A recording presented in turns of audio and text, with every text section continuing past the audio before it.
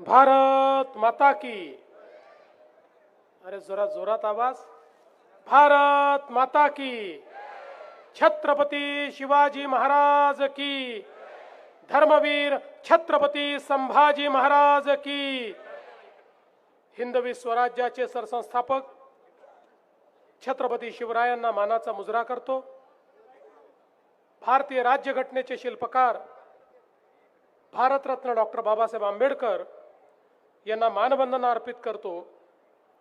आणि या नगरपालिकेच्या प्रचार सभेमध्ये मंचावर उपस्थित असलेले आपल्या राज्याचे माजी मुख्यमंत्री आपले भूमिपुत्र माननीय अशोकराव चव्हाणजी, आमचे नेते माननीय गोपीनाथरावजी मुंडे यांचा वारसा समर्थपणे चालवणाऱ्या राज्याच्या पर्यावरण मंत्री सौ पंकजाताई मुंडे, खासदार अजितजी गोपछडे, सन्माननीय आमदार डॉक्टर तुषार राठोडजी, राजेश पवारजी, जितेश अंतापूरकरजी, डॉक्टर संतोकराव हंबर्डे, संजयजी कोडगे, अमरनाथजी राजूरकर, किशोरजी देशमुख, देवीदासजी राठोड, एकनाथजी पवार, लोह्याचे आपले नगराध्यक्ष पदाचे उमेदवार गजानन सूर्यवंशी, कंधारचे आपले उमेदवार गंगाप्रसाद यन्नावार, श्री सचिन साठे, ज्यांनी भारतीय जनता पक्षाच्या सर्व उमेदवारांना पूर्ण पाठिंबा दिला, ते शिवा संघटनेचे राज्याचे प्रमुख श्री मनोहरराव धोंडे, डॉक्टर माधव पाटील उच्चेकर, श्री कल्याण सूर्यवंशी, चित्रलेखाताई गोरे, चंद्रसेन पाटील, केरबा सावकार बिडवई, बालाजी पंडागळे, लक्ष्मणराव ठक्करवाड, विजयजी धोंडगे, माणिकराव लोहगावे, बाळूभाऊ खोमणे, मंचावर उपस्थित सर्व मान्यवर आणि या ठिकाणी उपस्थित माझ्या सर्व माता भगिनी आणि बंधूंनो, आज मला अतिशय आनंद आहे की लोहा कंधार या नगरपालिकांच्या प्रचाराच्या निमित्ताने मी आपल्यामध्ये या ठिकाणी उपस्थित आहे। कालच 26 नोव्हेंबर झाली। 26 नोव्हेंबर म्हणजे आपल्या संविधान दिन। 26 नोव्हेंबर 1949 रोजी भारताच्या संविधान सभेने भारतरत्न डॉक्टर बाबासाहेब आंबेडकरांनी जे संविधान दिलं ते स्वीकारलं, ते भारताला अर्पित केलं आणि त्यानंतर 26 जानेवारी 1950 पासून ते संविधान आपल्याला लागू झालं। हा संविधान हे आपलं संविधान आणि हा संविधान दिवस याकरता महत्त्वाचा आहे की आज जी निवडणुकीची प्रक्रिया आपण करतोय, ज्या लोकशाहीमध्ये आपण जगतोय, ज्या लोकशाहीने आपल्याला मताचा अधिकार दिला, तो अधिकार भारतरत्न डॉक्टर बाबासाहेब आंबेडकरांच्या संविधानामुळे आपल्याला मिळालेला आहे। आणि या संविधानाने या देशामध्ये लोकशाहीच्या माध्यमातून समता आणली। या देशामध्ये टाटा आणि बिर्लालाही एकाच मताचा अधिकार ठेवला आणि गरीबातल्या गरीब माणसालाही एकाच मताचा अधिकार ठेवला आणि या लोकशाहीमध्ये सर्वांना समानतेवर आणण्याचं काम या लोकशाहीच्या माध्यमातून झालं। एक काळ असा होता, या देशाचा राजा हा राणीच्या पोटी जन्माला यायचा, राणीच्या पोटी जन्माला येणारा देशामध्ये राज्य करायचा। पण भारताच्या संविधानाने सांगितलं, देशाचा राजा हा राणीच्या पोटातून पैदा होणार नाही, तो मतांच्या पेटीतून पैदा होईल। जनता ज्याला निवडून देईल तोच या ठिकाणी राज्य करेल। आणि म्हणून ही निवडणूक अत्यंत महत्त्वाची निवडणूक आहे। देशाची लोकसभा, राज्याची विधानसभा, तशीच आपल्या शहराची नगरपालिका, नगरपरिषद, नगरपंचायत ही तेवढीच महत्त्वाची आहे। आणि सगळ्यात महत्त्वाचं जर काही असेल तर अनेक वर्ष आपल्या देशामध्ये सरकार आली, सरकार गेली, पण कोणत्याही सरकारने शहरांकडे लक्ष दिलं नाही. आपण नेहमी असं समजायचो आणि ते योग्यही आहे की भारत गावांमध्ये राहतो आणि म्हणून गावांकडे लक्ष दिलं पाहिजे. पण गावांकडे लक्ष दिलं पाहिजे याचा अर्थ शहरांकडे दुर्लक्ष केलं पाहिजे असं नाही. वर्षानुवर्ष आपण शहरांकडे दुर्लक्ष केलं आणि परिणाम काय झाला? अन्न, वस्त्र, निवारा, शिक्षण, आरोग्य, रोजगाराकरता सामान्य माणूस शहरामध्ये आला, पण शहराचं नियोजन नसल्यामुळे त्याला राहायला जागा नव्हती, अतिक्रमण झाली, झोपडपट्ट्या बसल्या, त्याच्याकरता पिण्याचं पाणी नाही, त्या ठिकाणी सांडपाण्याची व्यवस्था नाही, सगळीकडे गटारीचं पाणी आपल्याला पाहायला मिळत आहे, नाले आपल्याला पाहायला मिळत आहेत, त्या नाल्यातनं वाहणाऱ्या त्या मैल्यामुळे डास झाले आहेत, रोग झाले आहेत, त्यातनं आपली जमीन खराब होताना आपल्याला पाहायला मिळते, प्रदूषण वाढताना आपल्याला पाहायला मिळत आहे, घनकचऱ्याच्या थप्प्या लागलेल्या आपल्याला पाहायला मिळतात. कारण सरकारने कधीच शहरांचं नियोजन केलं नाही. पण 2014 साली या देशामध्ये प्रधानमंत्री मोदीजींचं राज्य आल्यानंतर मोदीजींनी सांगितलं गाव तर महत्वाचं आहेच, पण शहरही तेवढंच महत्वाचं आहे. देशाचा 65% GDP हा शहरांमध्ये तयार होतो. शिक्षण, आरोग्य, रोजगार याची निर्मिती शहरांमध्ये होते. त्यामुळे लोक शहरात राहतात. त्या शहरात राहणाऱ्या लोकांना मूलभूत सोयी दिल्या पाहिजेत, ही पण सरकारचीच जबाबदारी आहे. आणि म्हणून या देशात पहिल्यांदा लाखो कोटी रुपये शहर विकासाकरता माननीय प्रधानमंत्री मोदींनी उपलब्ध करून दिले. वेगवेगळ्या योजना आणल्या. अटल अमृत सारखी योजना आणली. या अटल अमृत योजनेतनं एकट्या महाराष्ट्राला मोदीजींनी 50,000 कोटी रुपये उपलब्ध करून दिले. आज महाराष्ट्राचा विचार केला तर महाराष्ट्राची 6.5 कोटी जनता 40,000 गावांमध्ये राहते आणि तेवढीच 6.5 कोटी जनता लोहा, कंधार सारख्या 400 शहरांमध्ये राहते.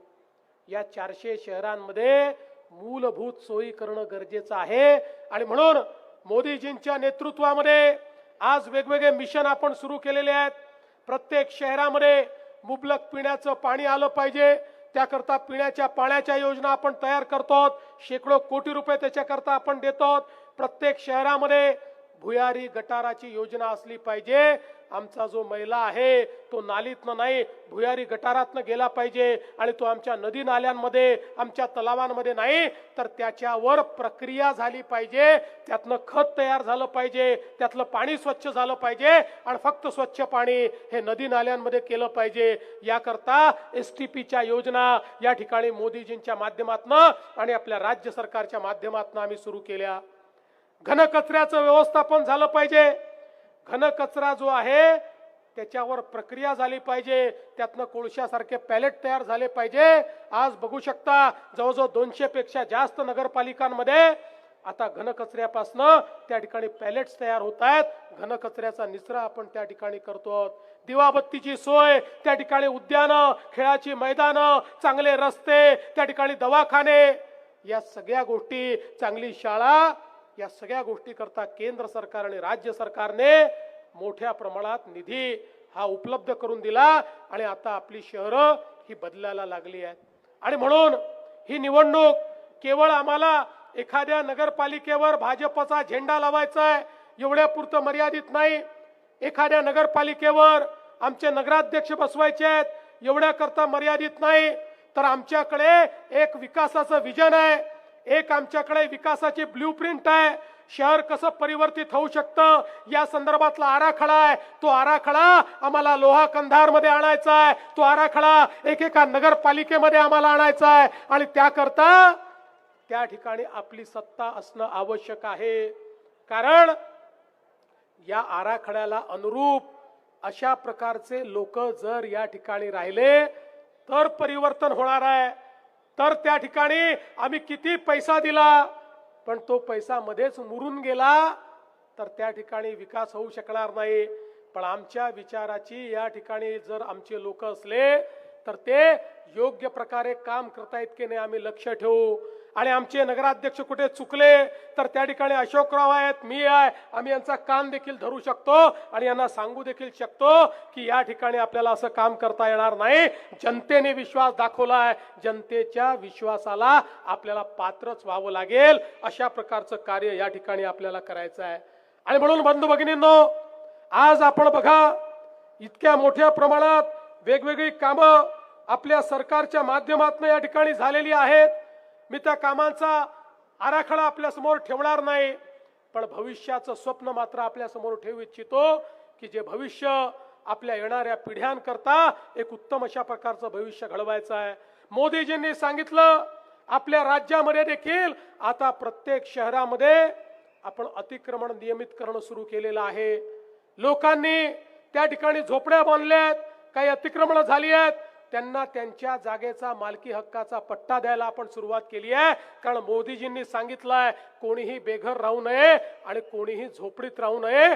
झोपडीमध्ये राहणारा किंवा जो बेघर असेल त्याला 2.5 लाख रुपये देऊन त्या ठिकाणी प्रधानमंत्री आवास योजनेचं घर हे देण्याचं काम नगरपालिकेच्या माध्यमातून आपण सुरू केलेलं आहे. आणि माझ्या लोहा आणि कंधारमध्ये देखील त्या ठिकाणी आमचे जे गरीब लोक राहतात त्यांचंही स्वप्नातलं स्वतःचं घर हे आपल्याला येत्या काळामध्ये करायचं आहे. बंधू भगिनींनो, आम्ही केवळ बोलबचन देणारे बोलणारे लोक नाही आहोत, आम्ही जे बोलतो ते करून दाखवणारे लोक आहोत. आपण बघा मागच्या काळामध्ये ज्यावेळी